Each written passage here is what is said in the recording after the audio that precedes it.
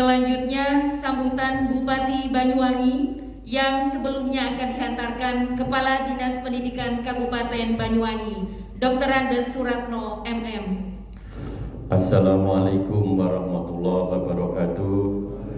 Selamat pagi, salam sejahtera untuk kita semua. Alhamdulillah, yang terhormat Ibu Bupati Banyuwangi yang sudah hadir di ruang Zoom bersama kita semuanya. Mohon maaf Pak Haji Teguh ya, karena agenda Ibu hari ini luar biasa mulai pukul 5 tadi sampai sore nanti.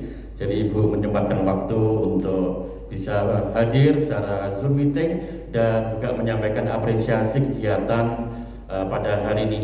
Ibu Bupati mohon izin kami laporkan kegiatan hari ini adalah wisuda ke-13 Universitas Bakti Indonesia dan wisuda ke-15 Sekolah Tinggi Islam Blambangan. Sekaligus juga dies natalis yang ke-14 untuk UBI dan dies natalis yang ke-18 untuk STIP. Hadir dalam kesempatan ini Ibu Bupati, Pembina Yayasan Pak Haji Teguh Sumarno, sekaligus Ketua PGRI Provinsi Jawa Timur yang luar biasa, tepuk tangan.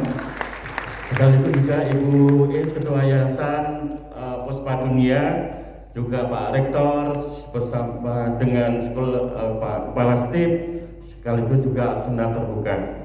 Hadir pula Ibu, di sini ada wakil dari Dinas Provinsi Jawa Timur, Bu Sekretaris Dinas, mewakili Bupati Situbondo, Bu Suci, tadi hadir juga di sini. Pak Ketua DPRD juga hadir, Forkominda atau yang mewakili, hadir pula tokoh agama Bapak Kiai Haji Ihsanuddin, termasuk ada beberapa tokoh lintas agama Ibu Bupati yang hadir di sini. Kemudian juga ada wakil dari Kemenak, kemudian tokoh-tokoh masyarakat yang lainnya, dan juga tentu para orang tua wisudawan dan wisudawati sendiri yang hari ini cukup berbahagia. Ibu Bupati, demikian yang bisa kami laporkan. Sebelum Ibu menyampaikan sambutan, kami tambahkan untuk UB yang dapat kami terima dari panitia yang di wisuda ada 156, betul ya Pak Rektor ya? Boleh tepuk tangan. Untuk Sekolah Tinggi Islam Blambangan ada 40 orang Ibu. Ini yang wisuda, boleh tepuk tangan. Demikian, untuk selanjutnya mohon berkenan Ibu Bupati untuk bisa memberikan sambutan dan arahan. Monggo Ibu.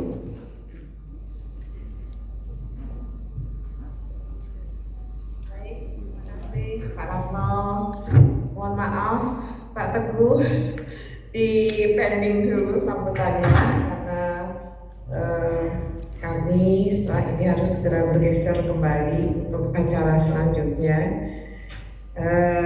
Assalamualaikum warahmatullahi wabarakatuh.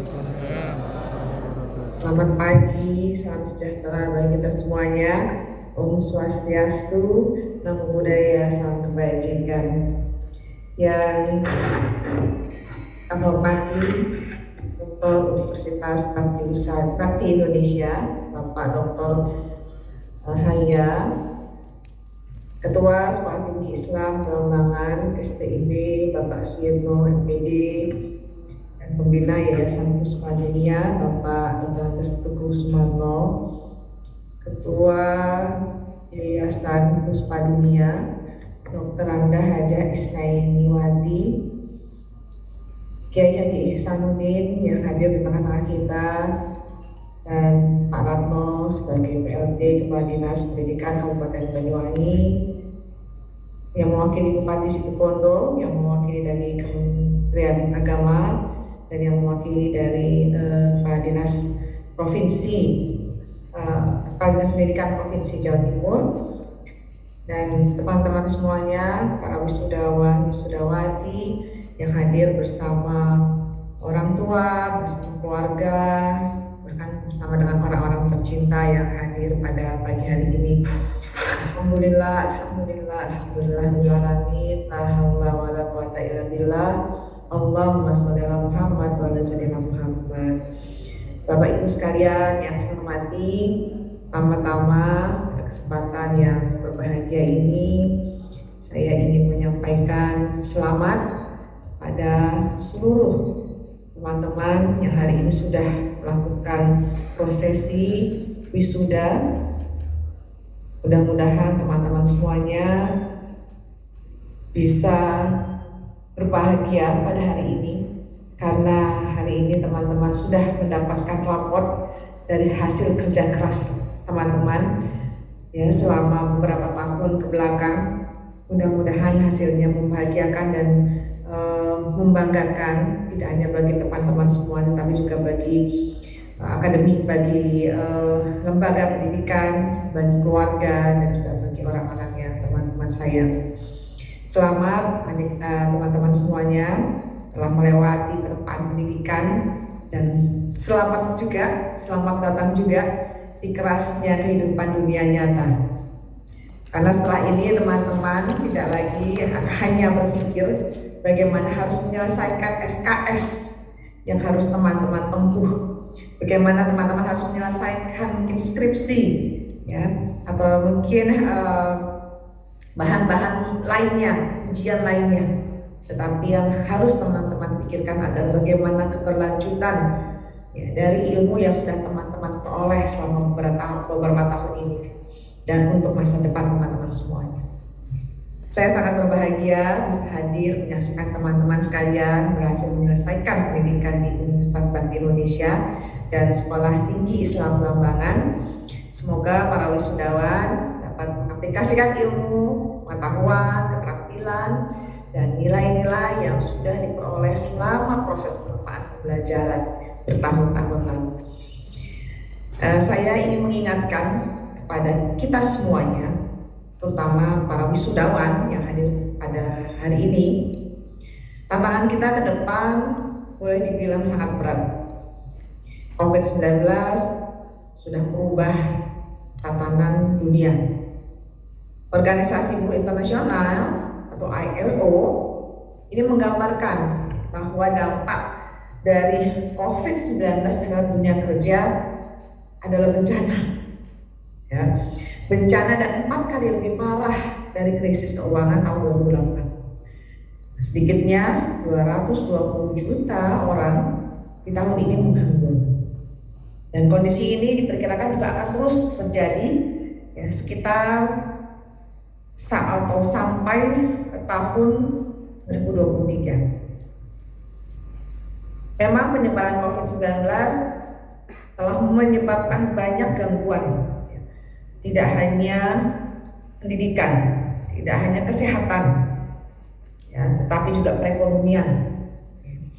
Dan secara keseluruhan, pasar tenaga kerja dan penurunan tingkat pendapatan pekerja di seluruh wilayah ini mengalami penurunan. Jumlah pekerja di negara-negara Asia Pasifik juga mengalami penurunan. Dan secara agregat, total pekerja di kawasan Asia Pasifik di tahun 2020 sebesar 1,8 miliar orang. Jumlahnya ini mengalami penurunan sebesar 3,2% dibandingkan tahun 2019 yang 61,8%, jauh sekali penurunannya. Maka saya ingin mengutip apa yang disampaikan oleh Profesor Rela Kasali ya, dalam Livelihood Crisis. Beliau menyampaikan bahwa kuartal kedua tahun 2020 sebanyak 495 juta orang atau 14% dari total pekerja di seluruh dunia ini mengalami pengangguran. Dan sebagian besar dari mereka adalah pemula atau orang-orang yang baru lulus sekolah. Yang pertama itu. Lalu yang kedua adalah ibu yang bekerja atau working parents. Dan yang terakhir adalah mereka yang mempunyai low skill. Inilah gambaran 60% orang dewasa di berbagai kota besar di dunia ini tidak memiliki keterampilan yang kurang mumpuni untuk masuk dalam dunia kerja. Apalagi saat ini konsepnya sudah digital. Ya, maka kemampuannya harus ditambah. Kalau teman-teman tidak memiliki kemampuan digital yang memadai, ya, maka mereka akhirnya sulit untuk mendapatkan pekerjaan dan masuk ke dunia kerja. Dampak revolusi digital 4.0 ini terprediksi akan ada 800 juta pekerja yang nantinya digantikan dengan robot. Bahkan di pemerintah daerah pun kami sudah sangat merasakan, ya, ASN ke depan juga ada rencana, ya, akan digantikan dengan robot atau artificial intelligence (AI). Ini sudah mulai kita lihat dengan digitalisasi, dengan mengurangi jumlah ASN, dengan moratorium, ya, pendaftaran ASN. Nah, ini sudah menjadi indikasi bahwa ke depan sistem pelayanan di pemerintah daerah ini harus berdasarkan teknologi informasi.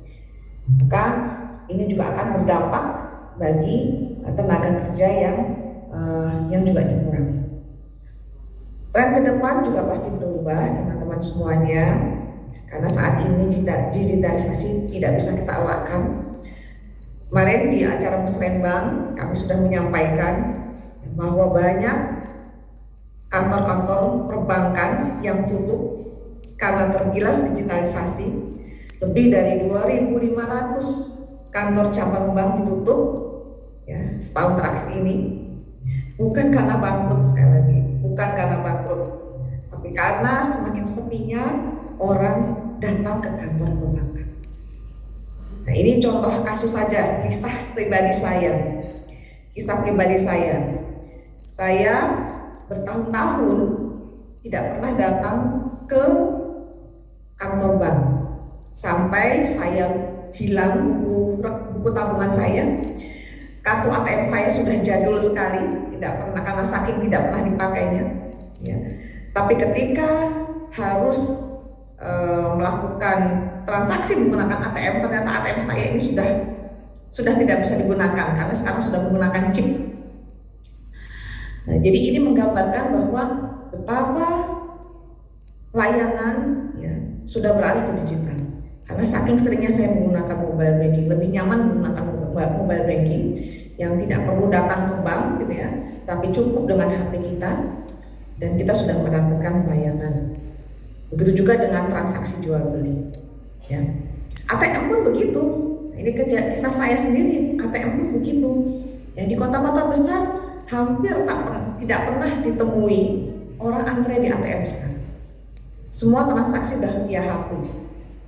Sudah lebih komplit, membayar apapun sudah bisa lewat HP, bayar listrik, bayar telepon, ya, bahkan beli tiket, ya, tiket pesawat, tiket kereta, bahkan mau booking hotel, semua bisa lewat HP. Nah, inilah yang terjadi, ya, yang terjadi saat ini. Maka teman-teman semuanya, saya ingin mengutip apa yang disampaikan oleh Peter Drucker, ahli atau pakar manajemen dunia, bahwa inovasi atau mati. Jadi kalau kita tidak mau berinovasi, maka kita akan mati. Kita akan mati dengan persaingan, ya, tergilas dengan persaingan, ya, dan kita juga akan mati dengan kondisi yang saat ini sudah sangat terdigitalisasi. Maka teman-teman, ya, ayo kita belajar dari kasus-kasus yang sudah terjadi, ya, produk-produk kelas dunia yang harus menghilang karena tidak berinovasi. Nokia, Kodak, bahkan mungkin teman-teman sendiri, karena teman-teman ini orang milenial, ya, sudah tidak pernah lagi mencetak foto, ya, tidak kenal lagi dengan merek Kodak dan sebagainya. Inilah yang harus kita perhatikan. Dari 500 perusahaan, ini dari data yang saya dapat, dari 500 perusahaan kelas dunia yang sudah terdaftar di Fortune 500 pada tahun 1955, saat ini hanya tersisa 52 perusahaan yang masih eksis. Bayangkan, yang 400 sekian kemana? Sudah hilang. Ya, salah satunya tadi Nokia dan Kodak. Inilah yang menjadi gambaran kita semuanya. Ekosistem dunia kerja juga diprediksi semakin fleksibel, ya, seiring pandemi COVID-19. Sejumlah laporan, ya, sudah memprediksi bahwa sistem kerja kombinasi alias hybrid working ini diprediksi bakal jadi tren di tahun 2022 ini. Laporan McKinsey yang dirilis Kata Data Indonesia ini juga menunjukkan bahwa pada pra-pandemi kita ini sudah mulai masuk ke pra-pandemi ya, akan menjadi endemi. Hanya 30% karyawan yang memilih sistem kerja kombinasi. Namun pasca pandemi, ketika kita sudah endemi, sebanyak 52% karyawan memilih sistem kerja yang hybrid. Karena ini sudah berubah polanya. Ya, 2 tahun kita banyak melakukan pertemuan dengan Zoom, ya, sekolah dengan daring, gitu ya, kuliah dengan daring. Nah ini sudah berubah konsepnya. Ya. Nah, maka banyak orang lebih senang bekerja dengan sistem hybrid karena mereka bisa melakukan beberapa pekerjaan gitu dalam satu waktu. Ada sejumlah alasan memang ya kenapa mereka senang melakukan hybrid working ya, karena ya itu tadi yang bisa melakukan banyak hal dalam satu waktu, lalu beban kerjanya saat ini juga sangat berat ya, tidak mudah lelah kalau melakukan hybrid, dan banyak hal lagi yang memang menjadi alasan bagi teman-teman atau dunia kerja saat ini lebih banyak menggunakan hybrid working. Beberapa hal yang tadi saya gambarkan ini menunjukkan betapa kerasnya kondisi di luar sana setelah teman-teman lulus dari penempaan pendidikan. Bukan maksud saya menakut-nakuti teman-teman, ya, tapi saya ingin mengajak teman-teman semuanya harus siap dalam menghadapi berbagai perkembangan zaman. Harus terus mengupgrade kemampuan diri teman-teman semuanya.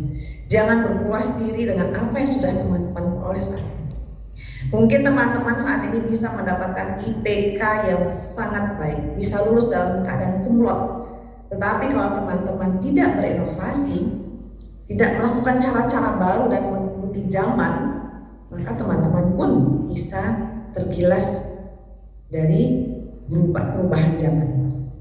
Tapi saya juga ingin menyampaikan kepada teman-teman, ya, jangan pesimis, harus optimis, ya, karena di mana ada usaha, disitulah lapangan pekerjaan pun terbuka lebar.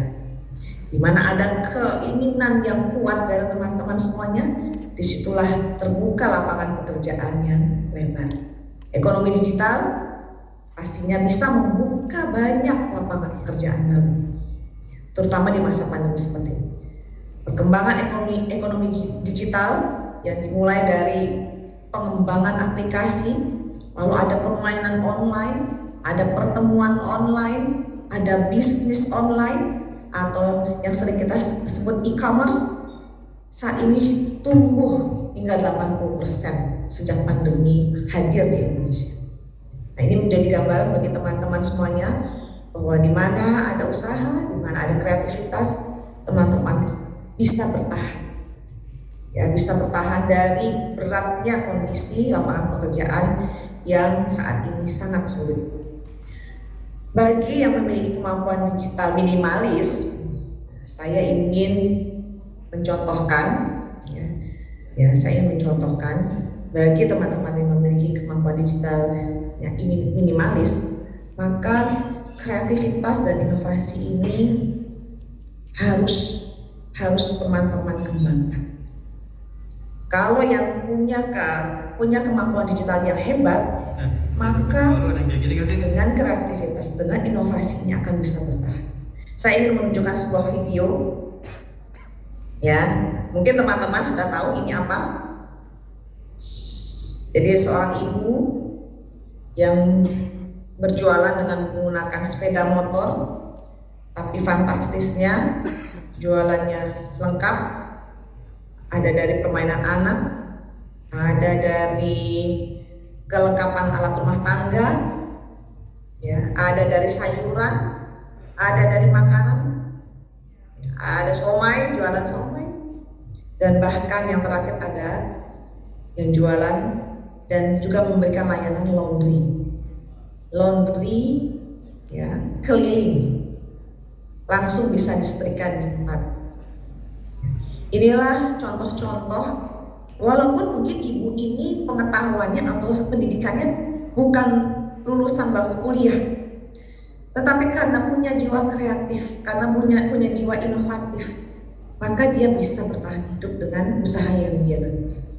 Sistem jemput bola, berpikir out of the box, ya, inilah yang membuat kita semua bisa bertahan hidup. Dan ini patut dicontoh oleh teman-teman semuanya. Hilangkan gengsi, ya, hilangkan rasa minder jika teman-teman ingin bisa bertahan hidup.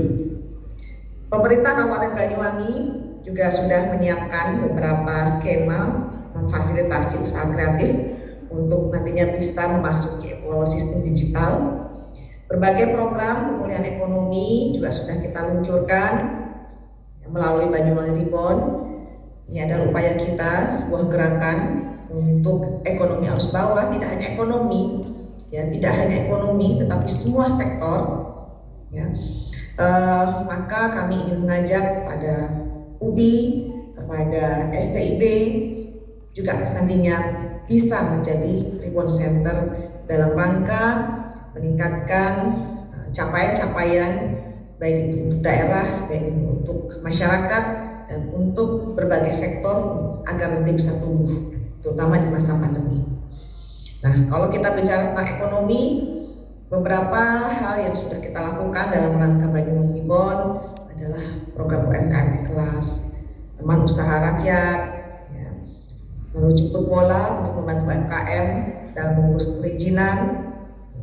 Lalu juga ada jagoan Banyuwangi yang juga sudah diikuti oleh anak-anak muda Banyuwangi.